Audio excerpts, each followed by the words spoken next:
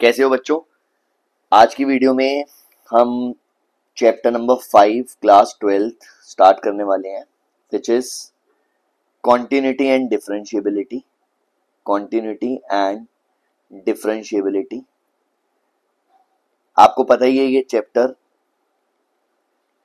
Class 12th का बहुत ही important chapter है, क्योंकि यहां से हमारा कैलकुलस स्टार्ट हो जाता है और कैलकुलस सबसे ज्यादा वेटेज रखता है मैथ्स के पेपर में। तो approximately 45% of the paper calculus ही है, अगर आप ध्यान से देखेंगे तो कॉन्टिन्यूटी डिफरेंशिएबिलिटी को समझना बहुत इंपॉर्टेंट है, क्योंकि इसी से आगे बेस बनेगा एप्लीकेशन ऑफ डेरिवेटिव्स का, integration application of integration, differential equation, ये सारे चैप्टर्स कैलकुलस का ही पार्ट है। तो हम स्टार्ट करते हैं कॉन्टिन्यूटी से। कॉन्टिन्यूटी स्टार्ट करने से पहले थोड़ा सा 11th का बेस स्ट्रॉन्ग होना बहुत जरूरी है, इसलिए मैं अपनी क्लास में भी सबसे पहले कॉन्टिन्यूटी स्टार्ट करने से पहले 11th क्लास की बेसिक लिमिट्स सॉल्व करवाता हूँ, बेसिक लिमिट्स प्रैक्टिस करवाता हूँ, जिससे कॉन्टिन्यूटी समझने में कोई दिक्कत ना रहे। तो हम स्टार्ट करते हैं लिमिट्स से। लिमिट्स होता क्या है? लिमिट्स भी स्टार्ट करने से पहले हम छोटी क्लास में जाते हैं और वहां पर एक्सपोनेंट्स के बारे में हमने पढ़ा हुआ है, हम इसकी बात करते हैं। अगर मैं आपको बोलूं a into a into a into a, ये n टाइम्स चल रहा है, तो क्या मैं इसको a raise to the power n लिख सकता हूं? हाँ, लिख सकते हैं। अगर मैं 3 की बात करूं, 3 इंटू 3 इंटू 3 इंटू 3 इंटू 3, मैंने 5 बार लिखा, तो क्या मैं इसको 3 की power 5 3 raise to the power 5 लिख सकता हूं? लिख सकता हूं। अगर मैं 0 into 0 into 0 into 0 into 0 till n times चल रहा हूं, तो इसको क्या मैं 0 raise to the power n लिख सकता हूं? लिख सकता हूं, विच इज 0। और a raise to the power 0, जिसको हमें बताया जाता है कि वो 1 होता है। तो मेरे पास एक सिचुएशन आई, वो सिचुएशन है कि क्या 0 रेज़ टू द पावर 0 में मैं 0 raise to the power n वाला कॉन्सेप्ट लगाऊंगा या a raise to the power 0 वाला कॉन्सेप्ट लगाऊंगा। तो मैं यहां पर आके फंस गया, यानी कि इसका आंसर 0 होगा या इसका आंसर 1 होगा। तो 0 रेज़ टू द पावर 0 को कैलकुलेटर में मत करके देखना, कैलकुलेटर में करोगे तो कुछ कैलकुलेटर्स नॉट डिफाइंड दिखाएंगे और कुछ कैलकुलेटर्स 1 दिखाएंगे। तो इसीलिए आप इस चीज को अप्लाई ना करके देखो तो ज्यादा बेटर रहेगा कि कैलकुलेटर आपको क्या शो कर रहा है। हम इसी को समझते हैं और यहां पे हम इंट्रोड्यूस करते हैं लिमिट्स को। मैंने क्या किया, मैंने 0 रेज़ टू द पावर 0 को अभी कर दिया साइड पर और 1 रेज़ टू द पावर 1 लिखा। अब ये तो बहुत ही आसान है, 1 रेज़ टू द पावर 1 तो 1 ही होता है। अब मैंने 1 रेज़ टू द पावर 1 में जो मेरा बेस था दैट इज 1, इस बेस को और इस एक्सपोनेंट यानी कि इस पावर को रिड्यूस करना स्टार्ट किया और मैंने लिखा 0.9 रेज़ टू द पावर 0.9। तो आपको दिख रहा है कि मैंने बेस को भी रिड्यूस कर दिया और मैंने पावर को भी रिड्यूस कर दिया, 0.9 रेज़ टू द पावर 0.9। तो ये मेरा आंसर आया 0.909। इसी तरह से कम करते रहे, 0.8 raise to the power 0.8, 0.8 raise to the power 0.8, which is 0.836। फिर मैंने और कम किया, 0.7 रेज़ टू द पावर 0.7, ये आया मेरा 0.779। उसके बाद मैंने किया 0.5 रेज़ टू द पावर 0.5, ये आया 0.707।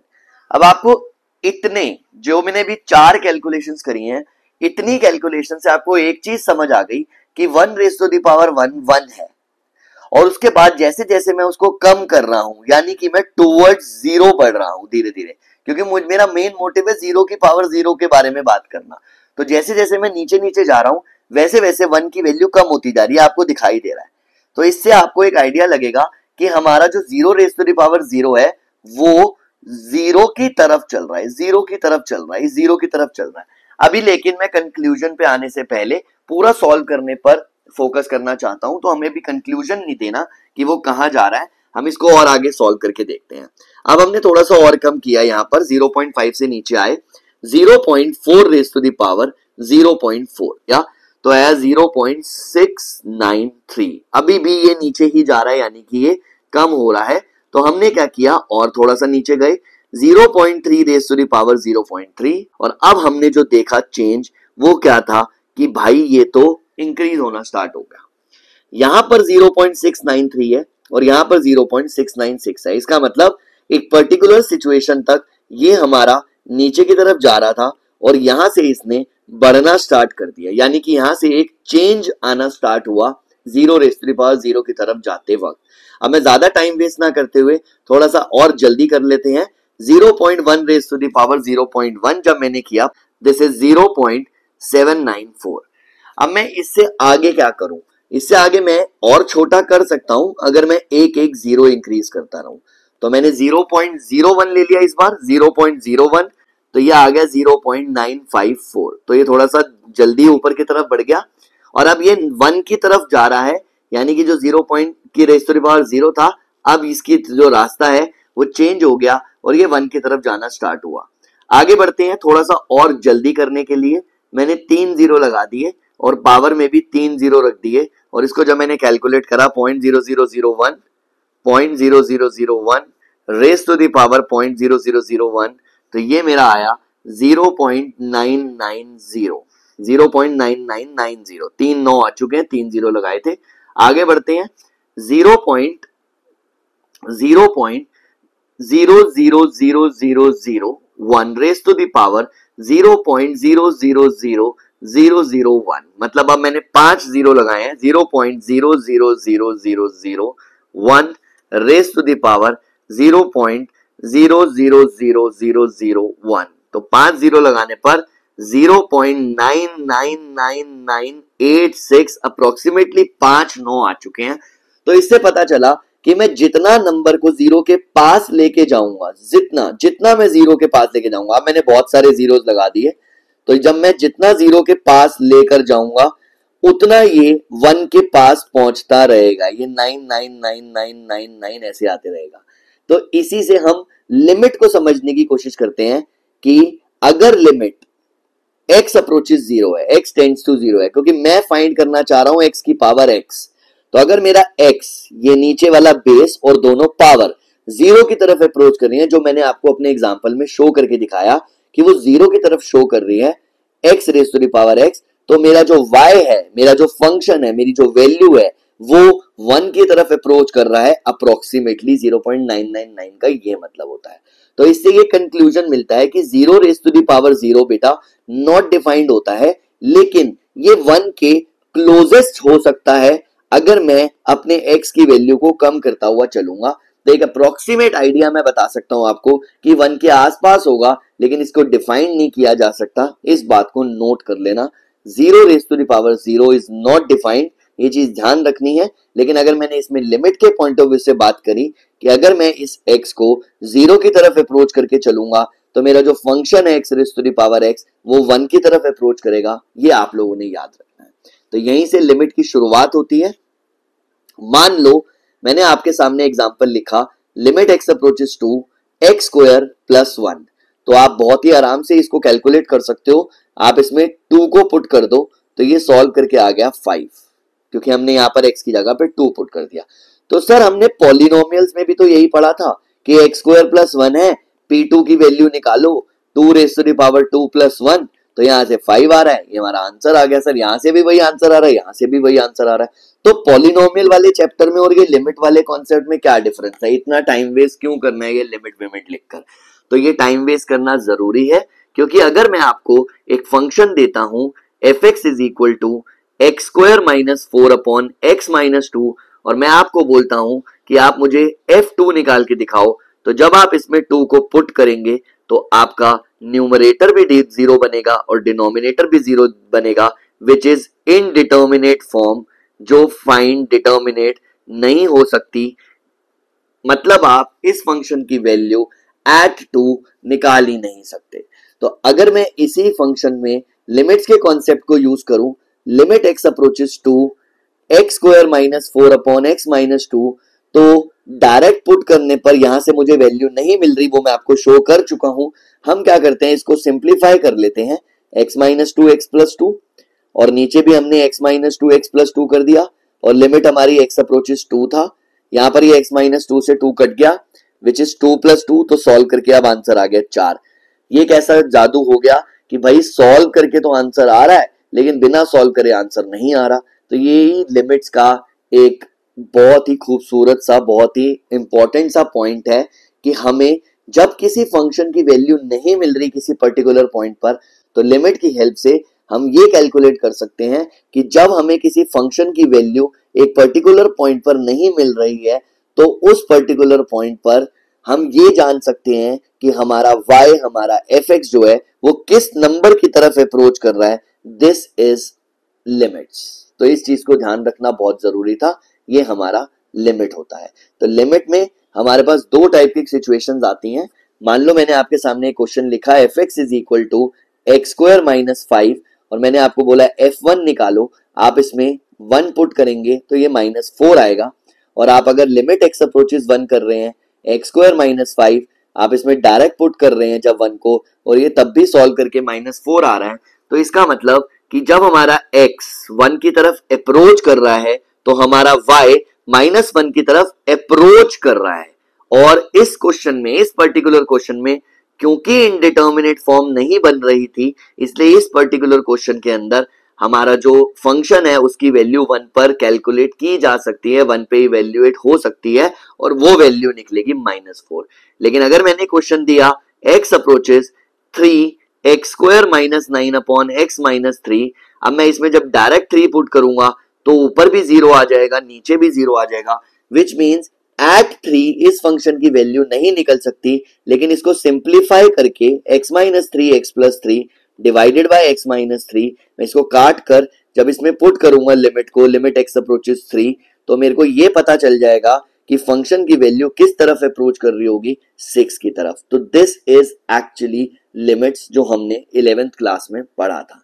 अभी हम 11th वाले पार्ट को खत्म नहीं कर रहे, हम पहले 11th वाले जितने भी क्वेश्चंस थे लिमिट के, हर टाइप के क्वेश्चन को थोड़ा थोड़ा प्रैक्टिस करेंगे, 2-4 क्वेश्चन हर टाइप के प्रैक्टिस करेंगे, सो दैट हमारे को क्वांटिटी के अंदर लिमिट इवेल्युएट करने में कोई भी प्रॉब्लम ना रहे। इसीलिए 11th का बेस जो है वो स्ट्रॉन्ग होना बहुत जरूरी होता है। तो स्टार्ट करते हैं 11th क्लास की लिमिट के कुछ टाइप्स से। सबसे पहली टाइप में हम पढ़ेंगे फैक्टराइजेशन मेथड, लिमिट्स को इवेल्युएट करने का फैक्टराइजेशन मेथड। कुछ क्वेश्चंस करा रहा हूं, मतलब कि फैक्टर्स बना के लिमिट को इवेल्युएट करना। जो मैंने अभी 2 क्वेश्चन एग्जांपल ऊपर लिए भी थे, उसमें भी हम फैक्टर्स ही बना रहे थे। जैसे मैंने एक्स स्क्वायर माइनस 9 को लिखा था x minus 3 x plus 3, that is nothing but factors निकालना, वो फैक्टराइज करके ही मैंने किया है। तो हम कुछ क्वेश्चंस लिखते हैं। पहला एग्जांपल ले रहा हूं मैं, limit x approaches to x square minus 5x plus 6 divided by x square minus 4। Middle term split करनी पड़ेगी इसकी, क्योंकि हम डायरेक्ट 2 पुट करेंगे इसके अंदर तो ये 0/0 बन जाएगा। तो मिडिल टर्म स्प्लिट करते हैं, उसमें मैं टाइम वेस्ट नहीं करूंगा, वो आप लोग खुद भी कर सकते हैं, मैंने ब्रेक कर दिया। ऊपर x माइनस 2 x माइनस 3 आएगा, नीचे x माइनस 2 x प्लस 2 आएगा, -2 वाला पार्ट कैंसिल हो जाएगा। अब जब मैं लिमिट को अप्रोच करूंगा 2 माइनस 3 अपॉन 2 प्लस 2, तो ये -1/4 लिमिट इवेल्युएट हो गई। ये चीज आपने ध्यान रखनी है, मीनिंग भी पता होना चाहिए। मीनिंग बोलता है कि जब x 2 की तरफ अप्रोच कर रहा होगा तो ये जो फंक्शन है ये -1/4 की तरफ अप्रोच कर रहा होगा, और at x is equal to 2 इस फंक्शन की वैल्यू नहीं निकाली जा सकती, ये भी ध्यान रखना बहुत जरूरी है। नेक्स्ट एग्जांपल पे आते हैं, limit x approaches 1 x cube minus 1 upon x minus 1। तो हमने क्या किया, फैक्टराइज किया अगेन, ए क्यूब माइनस बी क्यूब की आइडेंटिटी लगाई। फॉर्मूला अगर आपको याद नहीं है, एल्जेब्रिक के, ट्रिग्नोमेट्रिक के, पॉलिनोमियल्स के, कोई भी फॉर्मूले अगर आपको याद नहीं है तो उनको याद करना बहुत जरूरी है। उसके लिए आप मेरे इंस्टाग्राम के चैनल, सेम नाम से है मेरा, उस पर जाकर मैं डेली फॉर्मूला अपडेट्स डालता हूं, तो आप वहां से फॉर्मूलेस भी देख सकते हैं, लिस्ट बना सकते हैं, स्क्रीनशॉट ले सकते हैं और उसके प्रिंट आउट निकाल के अपने पास रख सकते हैं, ताकि आपको आगे आने वाले किसी भी एग्जाम में कहीं पर ढूंढना ना पड़े, वो आपके सामने होगा। तो a cube minus b cube का फॉर्मूला होता है a minus b a square plus a b plus b square. ठीक है, तो हमने ब्रेक कर दिया यहाँ पर, limit x approaches 1, x minus 1 into x square plus x plus 1, ये ब्रेक करा मैंने, नीचे एक्स माइनस 1 चल रहा है, यहाँ मैंने काट दिया और 1 अप्रोच कर दिया, तो ये 1 प्लस 1 प्लस 1 3 आ गया, ये मेरी लिमिट इवेल्युएट हो। नेक्स्ट क्वेश्चन पे आते हैं, limit x approaches 2, x cube minus 3x square plus 4 divided by x raise to the power 5 minus 8x square plus 16। ठीक है, ऊपर हमारा क्यूबिक पॉलिनोमियल आ रहा है और नीचे हमारा बाई क्वाड्रेटिक पॉलिनोमियल आ रहा है। नीचे अगर हम ध्यान से देखें तो इसको फिर भी मैं मिडिल टर्म स्प्लिटिंग से सॉल्व कर सकता हूं। तो मैंने 4x square minus 4x square plus 16 लिख लिया डिनोमिनेटर को, एक्स स्क्वायर कॉमन ले लिया, x square minus 4 minus 4 common ले लिया, एक्स स्क्वायर माइनस 4, तो ये एक्स स्क्वायर माइनस 4 का भी होल स्क्वायर आ गया, which is x minus 2 x plus 2 का होल स्क्वायर, यानी कि फाइनली मेरे पास एक्स स्क्वायर माइनस 2 का होल स्क्वायर और एक्स प्लस 2 का होल स्क्वायर बन रहा है। ये मैंने फिर भी इवेल्युएट कर लिया, लेकिन प्रॉब्लम है क्यूबिक पॉलिनोमियल में, इसमें हमारे को हिट एंड ट्रायल मेथड लगाना पड़ता है और बच्चों को उसी में सबसे ज्यादा प्रॉब्लम होती है। तो यहाँ पर हम हिट एंड ट्रायल मेथड ना लगाकर सिंथेटिक डिवीजन मेथड यूज करेंगे, जो शायद आपने पहले कभी देखा नहीं होगा या करा नहीं होगा, which is very very important. Synthetic division का यूज करके आप क्यूबिक पॉलिनोमियल और biquadratic polynomial, quartic polynomial, pentic polynomial, किसी भी टाइप के पॉलिनोमियल को फैक्टराइज कर सकते हैं बिना लॉन्ग डिवीजन को यूज करें। तो वो क्या है, सबसे पहली चीज तो देखना है कि देखो ये 2 का पंगा था, जब मैं इसमें 2 डाल रहा था तो ये 0 बन रहा है, खुद चेक कर लो। 2 का क्यूब माइनस 3 इंटू 2 का स्क्वायर प्लस 4, तो ये आ गया 8 प्लस 4 माइनस 12, तो 12 माइनस 12 इज 0, तो इससे 0 बन रहा था, तो इसका मतलब मेरा पहला फैक्टर तो x माइनस 2 हो गया।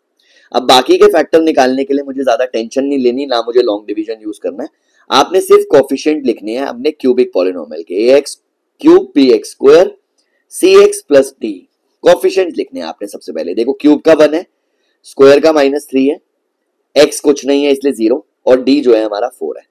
उसके बाद आपने एक लाइन ड्रॉ करनी है, पहले वाला जो नंबर आपका आ रहा था वो आपने एज इट इज नीचे लिख देना है। ठीक है, उसके बाद जो भी आपका पहला फैक्टर था 0 था, हमारा x माइनस 2 फैक्टर था, यानी कि ये 2 इसका 0 है पॉलिनोमियल का, आपने इस 2 से इसको मल्टीप्लाई करना है, 2 1 जा 2 यहां लिखना है, सॉल्व करा -1, फिर 2 से इसको मल्टीप्लाई करना है -2, सॉल्व करा -2, फिर 2 से इसको मल्टीप्लाई करना है माइनस का 4, तो ये 0 आ गया। और ये जो नीचे 3 नंबर्स आए हैं ये क्वाड्रेटिक इक्वेशन के कोफिशिएंट्स आपको मिल गए, यानी कि आपको अपने आप अगले वाला फैक्टर मिल गया, x square minus x minus 2। देखो मैंने कोई डिवाइड यूज नहीं किया, बिना डिवाइड करे मैंने फैक्टर कर दिया। इसकी मिडिल टर्म स्प्लिटिंग आप आराम से कर सकते हैं, विच is very very easy. X minus 2 और एक्स प्लस 1 बनेगा, एक्स माइनस 2, ये x माइनस 2 और x प्लस 1 बनेगा, मिडिल टर्म स्प्लिट कर दिया मैंने, तो ये फाइनली x माइनस 2 का स्क्वायर और x प्लस 1 आ गया। देखो न्यूमरेटर और डिनोमिनेटर दोनों को मैं सिंप्लीफाई कर चुका हूं, अब बस मुझे लिमिट इवेल्युएट करनी है। तो न्यूमरेटर जो आ रहा है लिमिट x अप्रोचेस 2, वो मेरा आ रहा है x माइनस 2 का square into x plus 1, this is my numerator, और डिनोमिनेटर मेरा ये था, तो इसको मैंने लिखा x माइनस 2 का स्क्वायर और x प्लस 2 का स्क्वायर, ये मेरा कट गया। अब यहां पर मैंने x की वैल्यू पुट कर दी, this is 2 plus 1 divided by 2 plus 2 का स्क्वायर, तो फाइनली 3/8, ये मेरा फाइनल आंसर आ गया। और अगर आपको इस टाइप के क्वेश्चंस में कोई भी प्रॉब्लम होगी तो आप मुझे दोबारा से पूछ सकते हैं, व्हाट्सएप कर सकते हैं। ये मैंने आपको फैक्टराइजेशन बताया है कि फैक्टराइजेशन का यूज करके लिमिट को इवेल्युएट कैसे करना होता है। एक और क्वेश्चन देख लेते हैं, थोड़ा सा बड़ा। Limit x approaches 3, x cube minus 7x square plus 15x minus 9 divided by x raise to the power 4 minus 5x cube plus 27x minus 27। मैंने क्यूबिक पॉलिनोमियल और क्वाड्रेटिक पॉलिनोमियल या बाइक्वाड्रेटिक पॉलिनोमियल लिया यहाँ पर, जिससे कि आपको सिंथेटिक डिवीजन और अच्छे से क्लियर हो जाए। तो पहला फैक्टर तो मुझे वैसे ही पता चल गया, x माइनस 3 है न्यूमरेटर में भी और डिनोमिनेटर में भी, क्योंकि इसकी वजह से, इस 3 की वजह से ये भी 0 बन रहा है, ये भी 0 बन रहा है। तो पहला फैक्टर x माइनस 3 मुझे मिल चुका है। अब मैंने ऊपर वाले को सॉल्व करने के लिए उसके कोफिशिएंट लिखे, 1 माइनस 7, 15 और माइनस 9। पहले वाला नंबर एज इट इज, 3 हमारा 0 था, मल्टीप्लाई करा, 3 1 जा 3 माइनस 4, 3 इंटू माइनस 4 12, ये आया 3, 3 इंटू 3 9, ये आ गया 0। तो अगला factor x square minus 4x plus 3 बन गया क्वाड्रेटिक। अब मैंने नीचे वाले को किया बाई क्वाड्रेटिक को, ये आ रहा है हमारा 1, उसके बाद क्यूब है, उसके बाद स्क्वायर नहीं है, फिर x वाला 27 और कांस्टेंट वाला -27। इसका भी पहला नंबर मैंने ऐसे ही लिखा, 3 से ही मल्टीप्लाई करना है, -2 माइनस का 6, फिर इससे किया माइनस का 18, यहाँ आ गया 9, फिर इससे किया 27, तो ये आ गया 0। तो यहाँ मुझे क्यूबिक पॉलिनोमियल के फैक्टर्स मिल गए, कोफिशिएंट्स मिल गए। तो ये x cube minus 2x square minus 6x plus 9 ये फैक्टर हो गया, और लिमिट मेरी चल रही है x अप्रोचेस 3। अब आप देखो बिना डिवाइड किए मैंने कितनी जल्दी, आप टाइम भी नोट कर सकते हैं, उसमें भी मैं आप लोगों को अभी समझा रहा हूं कि कितनी जल्दी मैंने फैक्टराइज कर लिया बिना किसी परेशानी के। अब ऊपर वाले को आप मिडिल टर्म स्प्लिट कर सकते हैं, x माइनस 3 और x माइनस 1 आएगा, और नीचे वाले को आप दोबारा से, क्यूबिक पॉलिनोमियल है, दोबारा से फैक्टराइज कर सकते हैं, 1 माइनस 2 माइनस 6 9, और 3 ही यूज कर लेना क्योंकि 3 से ही 0 बन रहा है यहाँ पर भी। तो ये 1 आ गया, ये आ गया 3 1, फिर 3 से मल्टीप्लाई किया आपने 3 माइनस का 3, फिर 3 से मल्टीप्लाई किया -9, तो ये डिनोमिनेटर में आपके पास x minus 3 into x square plus x minus 3 बचेगा। ये भी पार्ट आपका कैंसिल हो गया, लिमिट x अप्रोचेस 3। अब आपने इसको इसमें पुट कर देना है, तो न्यूमरेटर में आपका आ गया 3 माइनस 1 और नीचे आ गया 3 स्क्वायर प्लस 3 माइनस 3, तो ये 2/9 हमारा फाइनल आंसर होगा, लिमिट इवेल्युएटेड। क्लियर हो गया? बाकी कोई भी कंफ्यूजन हो मेरे नंबर पे व्हाट्सएप कर सकते हैं आप। नेक्स्ट जो टाइप है वो है रैशनलाइजेशन। रैशनलाइजेशन भाई, रैशनलाइजेशन होता क्या है पहले तो ये पता होना बहुत जरूरी है। रैशनलाइज का मतलब होता है making an irrational number rational. Root में है और रूट से मल्टीप्लाई नहीं करना होता कि नीचे रूट है तो ऊपर नीचे रूट से मल्टीप्लाई कर दो। डिनोमिनेटर न्यूमरेटर कहीं भी इरैशनल नंबर होता है तो उसे हम रैशनल कर सकते हैं, उसे रैशनल बना सकते हैं। यही रैशनलाइजेशन है, एक प्रोसेस है rationalization, to make an irrational number rational. ये है हमारा रैशनलाइजेशन। क्वेश्चन हमारे पास आया, limit x approaches 0, √2 plus x minus √2 divided by x। तो हमने न्यूमरेटर में देखो इरैशनल है, हमने उसको रैशनल किया। कैसे किया? बहुत आसान है, √2 प्लस एक्स प्लस √2 से मल्टीप्लाई किया, और नीचे भी √2 प्लस एक्स प्लस √2 से मल्टीप्लाई किया। तो ऊपर a minus b a plus b है तो a square minus b square आ गया, और नीचे हमारा as it is √2 plus x और ये प्लस √2 चल रहा है। ये 2 से 2 कट गया, लिमिट x अप्रोचेस 0 है, ये वाला x इस वाले x से भी कैंसिल हो गया, तो ये बचा 1/√2 प्लस 0, x अप्रोच कर दिया मैंने, प्लस √2 1/2 √2, लिमिट इवेल्युएटेड। हमारा आंसर ये होगा। एक और देखते हैं, limit x approaches 0, x square minus 16 divided by √x square minus 9 minus 5। अब मैं यहां पर दो पार्ट्स में डिवाइड कर दिया मैंने इस क्वेश्चन को, रैशनलाइज भी कर दिया, फैक्टराइज भी मिक्स कर दिया इसके साथ, तो कोई प्रॉब्लम ही नहीं है।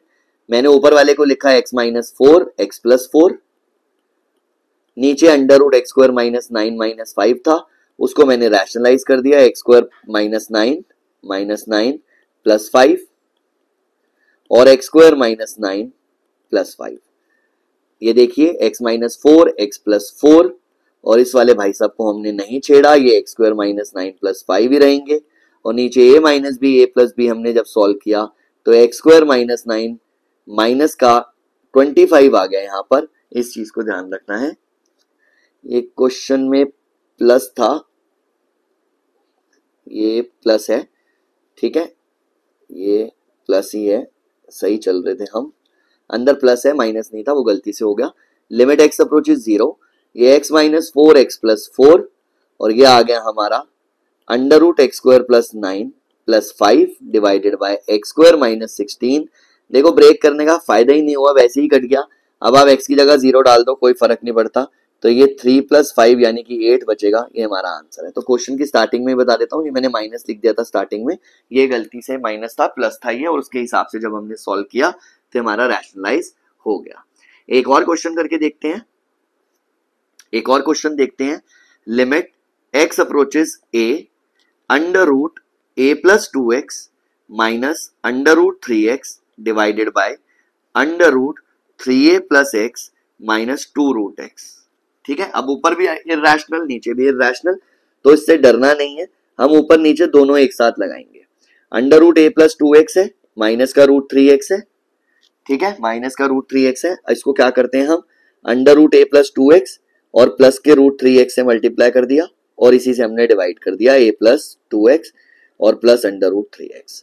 ऐसे ही डिनोमिनेटर में under root 3a plus x है और माइनस का 2 रूट x है, हमने इसको भी मल्टीप्लाई कर दिया under root 3a plus x और प्लस 2 रूट x से ऊपर भी, और under root 3a plus x plus 2 root x नीचे भी। अब देखो ध्यान से, मैं आप लोगों को बता रहा हूं, अलग से मार्क कर देता हूं ताकि क्लियर रहे। ये वाला पार्ट इससे मल्टीप्लाई होगा तो a square minus b square लगा तो a प्लस 2x माइनस का 3x आ गया ब्रैकेट में, और ये वाला इससे मल्टीप्लाई होगा और a square plus b square लगा तो माइनस का ये 4x आ गया ब्रैकेट में, और बाकी जो बच गए, एक तो ये बच गए हमारे पास और एक ये बच गए, इनको हमने अलग से लिख लिया under root 3a plus x plus 2 root x divided by under root a plus 2x plus under root 3x। Clear? अब देखो ध्यान से, ये a और ये माइनस का x और यहां से आ रहा है 3a माइनस 3x, तो 3 कॉमन ले लिया, a माइनस x और लिमिट साथ साथ चलती रहेगी, x अप्रोचेज a, लिमिट साथ साथ चलती रहेगी, x अप्रोचेज a, और इनटू में जो चल रहा है 3a plus x plus 2 root x divided by under root a plus 2x plus under root 3x।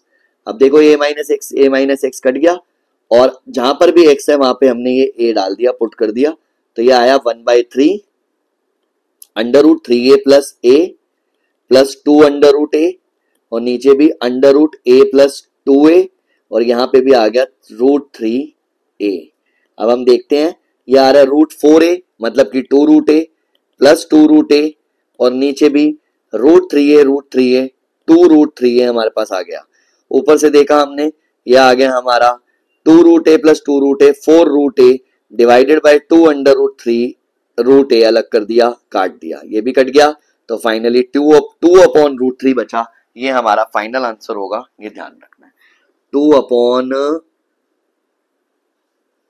Root 3। अच्छा ठीक है, ये हमारा एक रूट 3 बचा था, इसको हमने यहाँ नहीं लिखा तो ये भी लिख लेते हैं, वही मैं कहूँ आंसर मैच क्यों नहीं हो रहा, तो 2 अपॉन 3 रूट 3, ये वाले 3 भाई साहब को छोड़ दिया था हमने, यहाँ लिखकर ये हमारा फाइनल आंसर हो गया। तो दिस इज लिमिट इवेल्युएट करना बाय यूजिंग रैशनलाइजेशन। नेक्स्ट पर आते हैं। इसके बाद जो हमारा थर्ड मेथड है सॉल्व करने का, वो है यूजिंग स्टैंडर्ड लिमिट्स। स्टैंडर्ड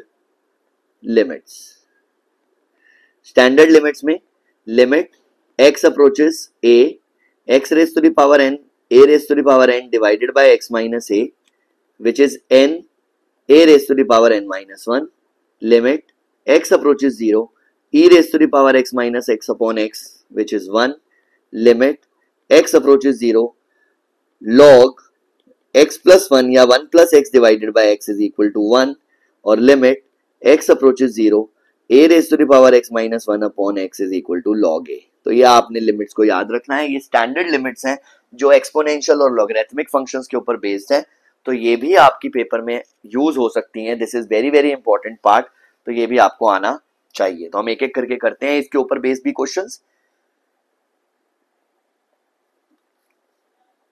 मान लो सबसे पहले क्वेश्चन आया, limit x approaches to x raise to the power 10 minus 1024 divided by x minus 2।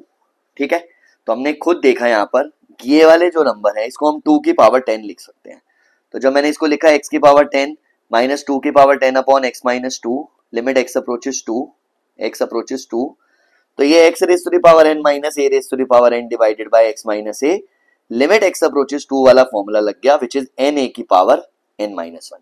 तो यहाँ पर हमारा n क्या होगा 10 और a क्या है हमारा 2 रेज टू द पावर कितनी हो गई 9, तो 10 इंटू 512 ये आ गया 5120, ये हमारा फाइनल आंसर है। दैट्स इट, बहुत ही आसान है, कुछ कॉम्प्लिकेटेड नहीं है।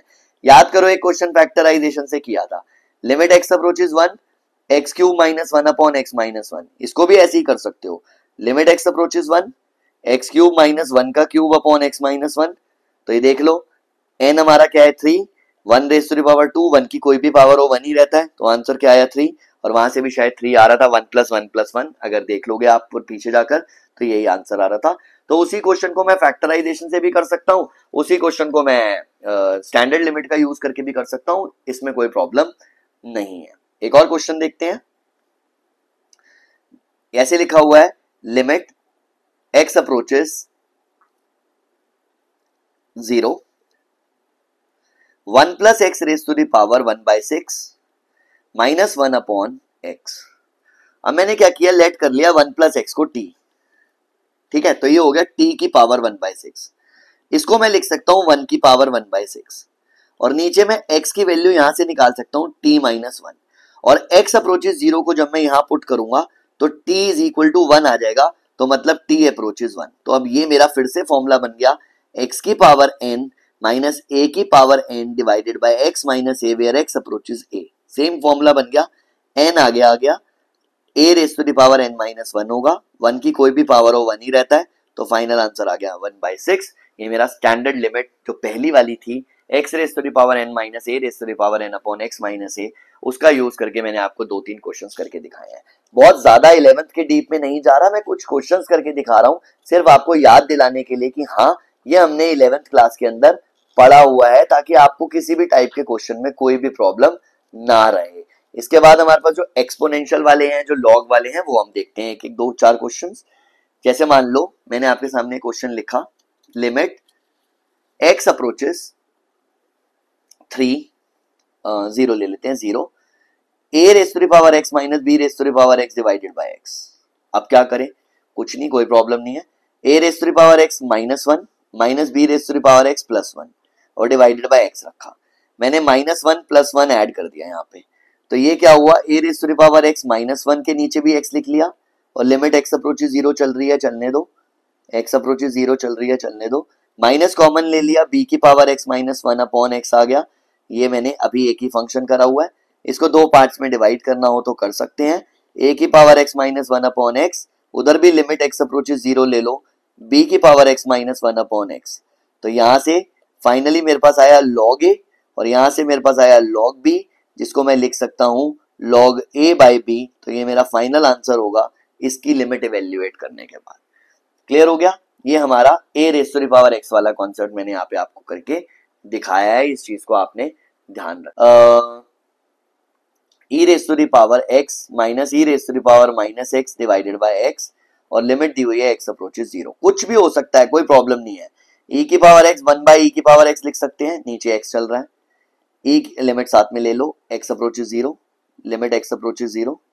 एलसीएम लिया, e raise to the power x का स्क्वायर है, तो ये 2x हो गया माइनस 1, e की पावर x इंटू x आ गया, 2 से मल्टीप्लाई 2 से डिवाइड कर दिया, तो ये वाला हिस्सा तो प्रॉपर्टी बन गया 1, बचा क्या 2 अपॉन e की पावर 0, e की पावर 0 1 होता है, तो फाइनल आंसर क्या आ गया 2। बहुत ही आसान है, कुछ कॉम्प्लिकेटेड नहीं है, इससे ज्यादा टेंशन लेने की जरूरत नहीं है, नॉर्मली सॉल्व करो, बेस्ट वे है। अलग अलग करके भी कर सकते थे इसको, बट +1 -1 करके, बट मैंने एलसीएम लेके कर लिया क्योंकि बेस सेम था, तो ये हमारा एक्सपोनेंशियल फंक्शन हो गया। ऐसे ही एक लॉगरिथमिक का भी देख लेते हैं, limit x approaches 5 log x minus log 5 divided by x minus 5। ये मेरे पास सिचुएशन है, ठीक है। हमने क्या कर लिया, हमने ऐसे लिख लिया x माइनस 5 अप्रोचेस 0, ठीक है, थोड़ा सा मॉडिफिकेशन करा मैंने, x माइनस 5 अप्रोचेस 0 कर लिया। अब log x minus log 5 upon x minus 5 मैंने इसको लिखा है। अब मैंने क्या किया, यहां पर जो x माइनस 5 था उसको t ले लिया, तो लिमिट हो गई t अप्रोचेस 0। चलो ये भी ठीक है, ये वाले भाई साहब जो है ये t हो गए, ये भी ठीक है। ऊपर जो x है उसकी वैल्यू निकाल ली मैंने log t प्लस 5, चलो ये भी ठीक है, और ये माइनस का log 5 एज इट इज रख दिया। अब यहां मैंने log a minus log b जब लगाया, तो ये log a plus b by 5 आ गया, और नीचे हमारा t चल रहा है, और लिमिट हमारी t अप्रोचेस 0 चल रही है, उसको हमने एज इट इज रख दिया। अब अगर मैं इसको इंडिविजुअली डिवाइड करता हूं, तो ये लिमिट t अप्रोचेस 0 log, ये आ जाएगा t by 5 plus 1 divided by t। यहां तक कोई प्रॉब्लम। अब मैंने क्या किया, इसको 5 से मल्टीप्लाई 5 से डिवाइड किया, जिससे कि ये log वाली प्रॉपर्टी बन जाए, which is log x plus 1 upon x। Limit x approaches 0 is 1, तो ये वही वाली प्रॉपर्टी बन गई। तो इससे इस वाले पार्ट का आंसर तो 1 आ गया और नीचे 1/5 जो चल रहा था वो एज इट इज रहा। तो इस लिमिट को इवेल्युएट करके मेरे पास जो आंसर आया वो आया 1/5। This is very very important logarithmic function. Clear हो गया? ठीक है, मेट्रिक लिमिट्स पर आते हैं। ट्रिग्नोमेट्रिक लिमिट्स जो हैं, ट्रिग्नोमेट्रिक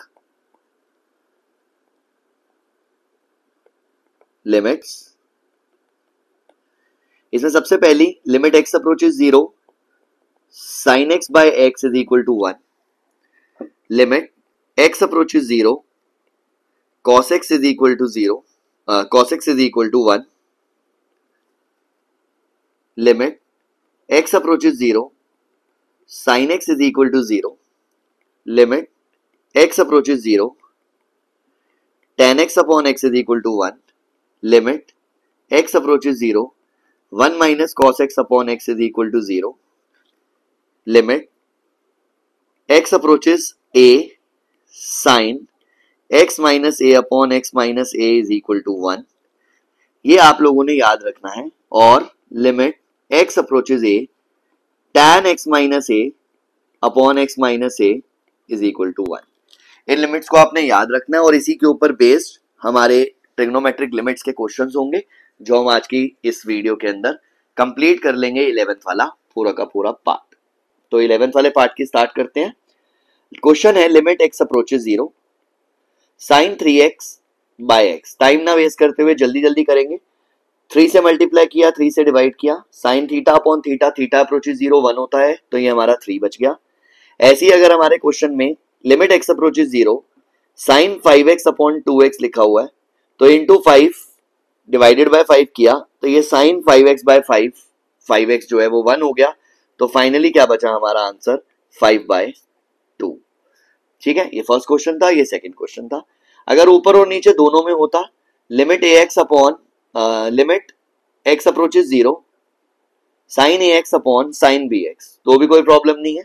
लिमिट x अप्रोचेस 0 ही रहने दो, sin ax divide and multiply by ax sin bx divide and multiply by bx, ये दोनों 1 हो गए, x से x कैंसिल हो गया, यहां से बचा a बाय b। ये हमारा फाइनल आंसर है। ये मैं जल्दी जल्दी आप लोगों को बता रहा हूं जो हमने 11th क्लास में पढ़ा था। थोड़ा सा चेंज करते हैं, थोड़ा सा लेवल अप करते हैं और इस टाइप के क्वेश्चन जो अब मैं स्टार्ट कर रहा हूं ये आपको 12th में भी बहुत काम आने वाले हैं। तो हमारा नेक्स्ट क्वेश्चन है, ये थर्ड था, sorry fourth question. Limit x approaches 0 1 minus cos 2x divided by x square.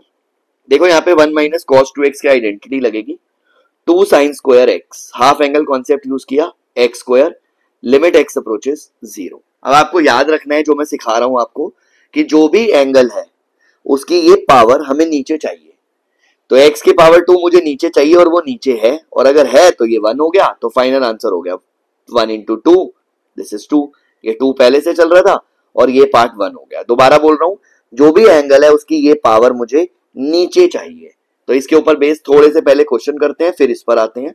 मान लो ऐसे लिखा हुआ है sin raise to the power 3x by 3x square. अब मुझे इस एंगल की ये पावर नीचे चाहिए, मतलब x क्यूब नीचे चाहिए, लेकिन है नीचे x स्क्वायर।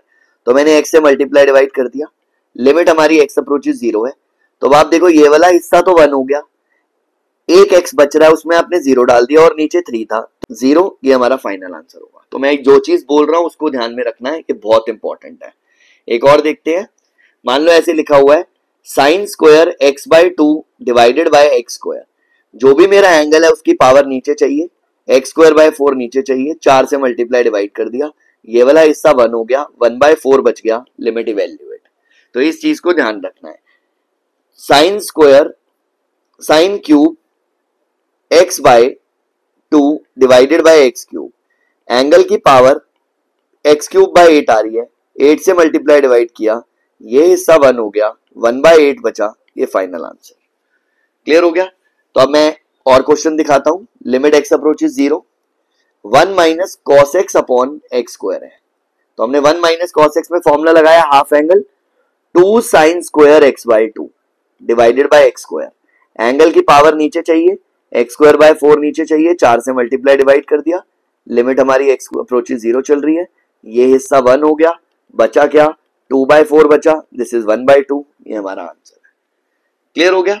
और देख लो limit x approaches 0, 1 minus cos mx divided by 1 minus cos nx, limit x approaches 0, 2 sine square half angle mx/2, 2 sine square half angle nx/2, limit x approaches 0 चल रहा है, 2 से 2 कट चुका है, साइन स्क्वायर mx/2, एंगल की power m square x square by 4, नीचे चाहिए m square x square by 4 से मल्टीप्लाई डिवाइड कर दिया मैंने, m square x square by 4, ऐसे ही नीचे साइन स्क्वायर nx/2 है, n square x square by 4, angle की पावर नीचे चाहिए तो n square x square by 4 से मल्टीप्लाई डिवाइड कर दिया, n square x square by 4, ये भी 1, ये भी 1, x स्क्वायर से x स्क्वायर कट गया, 4 से 4 कट गया, तो फाइनली क्या बचा m square by n square, ये हमारी लिमिट इवेल्युएट हो गई। इस टाइप के क्वेश्चन 12th में कंटिन्यूटी में बहुत ज्यादा काम आते हैं, तो ये ध्यान रखना। एक और देखते हैं, मैंने लिखा limit x approaches 0, tan x minus sine x divided by sine cube x, ये तो बोर्ड में आ भी चुका है कंटिन्यूटी में, ये वाला पार्ट इवेल्युएट करने के लिए। लिमिट x अप्रोचेस 0, इसको मैंने लिख लिया साइन बाय कॉस, माइनस का sine divided by sine cube x, limit x approaches 0, sine common ले लिया, 1 by cos minus 1 divided by sine cube x, देखो ध्यान से, एक कैंसिल हो गया, 2 बच गया, limit x approaches 0, 1 minus cos x upon sine square x into cos x बच गया।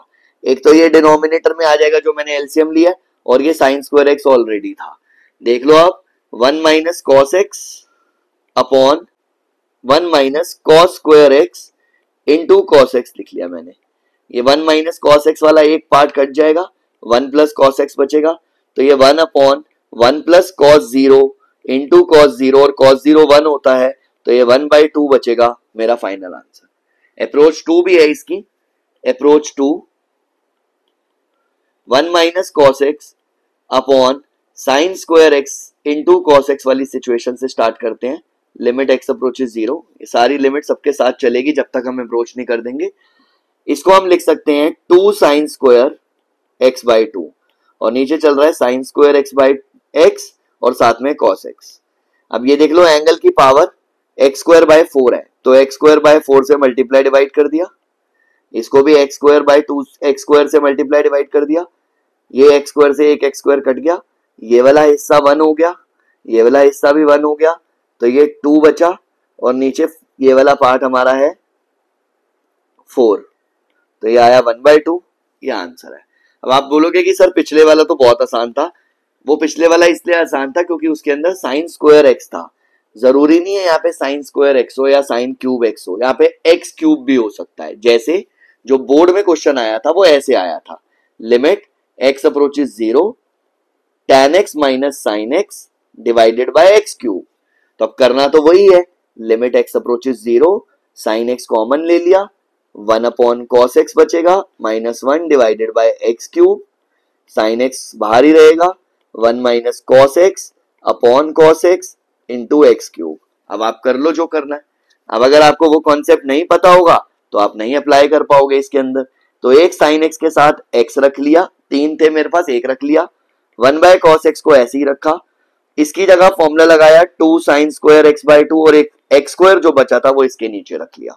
अब जो भी एंगल है उसकी पावर हमें नीचे चाहिए, यानी x स्क्वायर बाय 4, ऑलरेडी 2 दिया ही हुआ है, x स्क्वायर 4 से multiply divide, now this is 1, this is 1, cos 0 1 होता है, ये भी 1, लिमिट x अप्रोचेस 0 चल रही है, तो बचा क्या 2 और 4 बचा, विच इज 2/4, आंसर यहां से भी क्या आया 1/2।